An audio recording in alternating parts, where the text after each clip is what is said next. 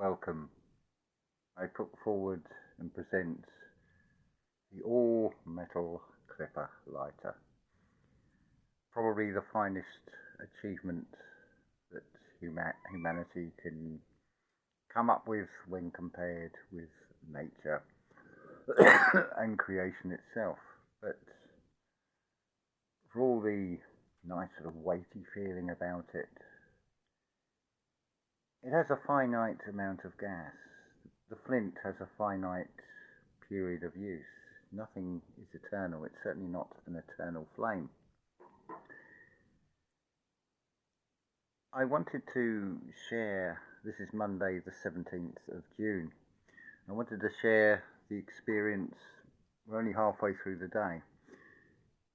Something said to me at about 8 o'clock this morning, get up, and so I did. I had a rough intention, shall we say half-hearted, that I'd go and get some wood from up the road where I got that fourth post from. But it can wait. It's not essential. There's no burning desire, shall we say, to go and get it right now. It's not going to go anywhere. It'll still be there for when I need it.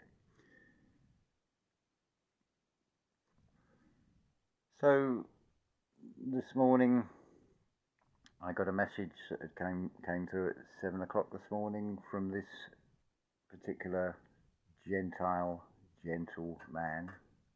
Now bear in mind, I could be referring to a man or a woman, but decoding gentle,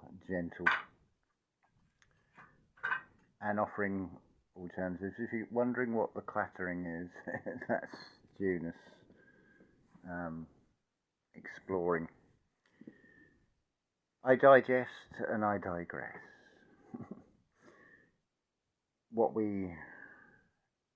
Our attention goes to, you see, is what we feed.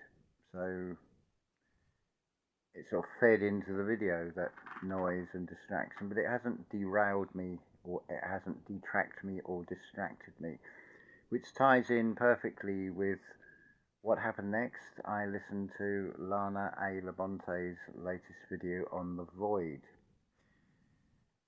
That is so inspiring, and distract and detract comes from what she said on her video, for example. And the timing, I got a comment to a previous video, and it seems this was the ideal video to send, that will, I hope, make a lot of sense. And then a video call and hearing a beautiful, absolutely beautiful life story of one that is playing both Prometheus and is it Atlas, having the weight of the world on your shoulders. And it is about letting go of everything. You'll feel lighter inside by doing that. Light has multiple meanings, as in weight, as in illumination. I wanted to, the purpose of this video, apart from just sharing the beauty and the timing of the way things have unfolded so far today, and I wonder, and it is a wonder, what happens next, because it's beautiful the way today is unfolding and what is being revealed. As much as anything else, about divine protection, the spirit of, or the armor, which is love, which is the protective force. But what I actually wanted to talk about is what Rudolf Steiner talks about, in that humanity started off in old Saturn as warmth, which represents fire. That capitulated, and then old sun gave us light. That then recapitulated, and then we went into the moon phase, which gave us water, and then following on from that, the recapitulation then developed the physical, the earth phase. And it sort of draws on that great pyramid that you really seek, the internal one. If we consider human physiology, The most physical part is the skeleton. But can you actually see it? You can see the outline of it, most particular the skull, which is just skin over bone, whereas the rest of the body is various tissues as well as the skin, muscles and so on, and all your veins and arteries and everything else that embodies the physical body. And if you think about it, the skeleton, it's bones that are not connected by bone. They are connected by more flexible parts which make up joints and things. And then you have your skin over the top. So you've got your earth element in the skeleton, which also dovetails neatly in Eyes to See channel, which I recommended on the last video. How the bark and then these sort of fibres do resemble what is going on in human physiology. So you've got your earth element in the skeleton. You've got your water element in all the fluids, obviously. You have your air element in the breath of life, what you breathe in and what you exhale in a continuous cycle. So where is the fire? Where is the fire within the pyre in the middle, the pyramid? Unlike in this reality, where fire is finite, and it takes you back to the nothingness, the no thing which becomes the something in this material world. Therefore, the fire, that is your passion, that surely comes from the center of the heart, which can be seen in the physical sense. There is a intense heat. It's a pinpoint right in the center of the heart. That is the fire. That is the pyramid within these physical bodies. Many of you will even have these lines, which if you think about it is forming like a triangle. And this, look where your capstone would be. You'd be actually ascending the eye from its mind's eye position to the very top. So going through these four elements in the physical world, it's a war, continuous war between fire and water. It's expressed as Levette explains it. The eternal battle between fire and water, pushing earth and air out of the way. That is what we bring back into it. What you're actually seeking, the hidden chamber, is that umbilical cord, which is an unbiblical cord, if that may strike some chords. Taking off those dressings, looking for the bones, the structure that is hidden by the skin and all the other bits that go to make up the human body. And just like that, the train of thought has sort of vaporized and hopefully will just come back if I don't try and think it.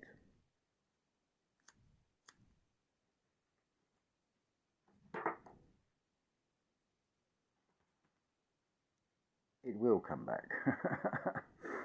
That's how things go in the moments. They come in, they go out. So you encapsulate everything. You are your own pyramid. You are a combination of all the elements. We have a reality which has a perception of duality. But here is where you need to really change your perception. Nothing is done to you. So we need a doubling effect, just like if you look in the mirror, if you reflect upon yourself. So to and add to, you then find that everything is being done for you. And that could be right down to a bullet whistling past your head, because you have a, a magnetism which is being generated from the dielectric that will repel that bullet, like Wonder Woman with those bracelets when they fire bullets in that TV series. They're deflected, like they're swatted out the way. They mean nothing. And that can actually be given to you as a real life experience, and to some that I've spoken to, and many more that I haven't spoken to, will have found themselves in that situation and are still here today and have been put through all kinds of tests. That is why everything would seem to be a test upon our strength, upon our will, upon our spirit. To find the resolve, the resolution, the remembering of oneself, the reinventing of oneself. The pyramid, as much as anything else, has a function to it, and this is discussed by a guest on Sun and Moon Family United channel, a guy called goes by the name of Angel, that has been looking at how nature works and how that is also incorporated in that Great Pyramid. What Jason has shown on Archaix is that there was some sort of movement and probably too high a pressure. So to relieve the pressure, probably the mechanism that then affected the functionality, that pressure was removed so it didn't explode inside. It's often spoken in terms of the Big Bang Theory, but if it's an explosion like that, then we become pieces of shrapnel, broken fragments of a shattered crystal chandelier, rather than a growth and expansion. If you think about seeds and bulbs, they grow, they expand, they don't go pop. Okay, seed pods will pop. There's always a contrast in this reality, and they're not negative ones, but the way the seed pod explodes is, you can see the contrast. Whereas that is exploding, and the potential for new life from that seed, depending on what soil it lands in, whether it's fertile and is able to grow, if it can be nourished and sustained. You've also got the cannonball, which works on the same principle, compression and projecting out, but that is spreading death rather than spreading life like a seed pod explosion. But the principle is exactly the same. It's a perfect example of duality. Is it something for creation, or is it something for destruction? But in turn, destruction, like fire, will provide nutrients and put life back into the soil. I'm also reminded, and I can't remember the name of the song, it's by a group called The Smiths, and the singer of that is called More-Is-Sey, More-Is-Sey. And there's one particular song, like a lot of the Smiths songs, they seem on the surface like they're depressing. The particular lyrics go along the lines of, if a 10-ton truck crashes into us, to die by your side was a heavenly way to die. And I'm pretty certain it is at the end of that song that it repeats, and we learn and master through repetition. There is a light that never goes out. That is the light, the pyre, right in the middle, right in your heart. Those are the hidden chambers you really want to be exploring. The internal Great Pyramid inside yourself.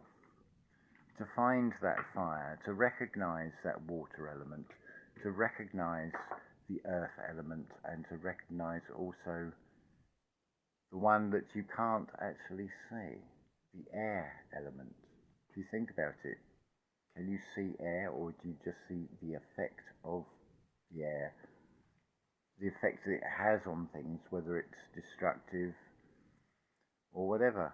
It's working in the unseen. The air is also an expression of it when you inherit, when you inhear it, what you hear inside yourself, when you realize you don't need to see the fireworks in the external when you can see far more majestic displays of internal fireworks that go on within, which you'll see with the mind's eye. And it opens up to a wonderful U-inverse universe. So I thought I'd help give you a new, or a remapping, shall we say, of looking at these physical beings that we find ourselves in to have an experience in a physical reality. Does it not make sense that if there is a physical reality, or what we call a physical reality, then you would need a vehicle in which to operate that will be physical in a physical reality? How could you experience anything without that in this physical reality? It is something we have a requirement for, and it is a big part. It's not something to be discarded of, oh, let's just ascend and forget about the physical. It plays a key part, but what you do with it, I certainly wouldn't make any.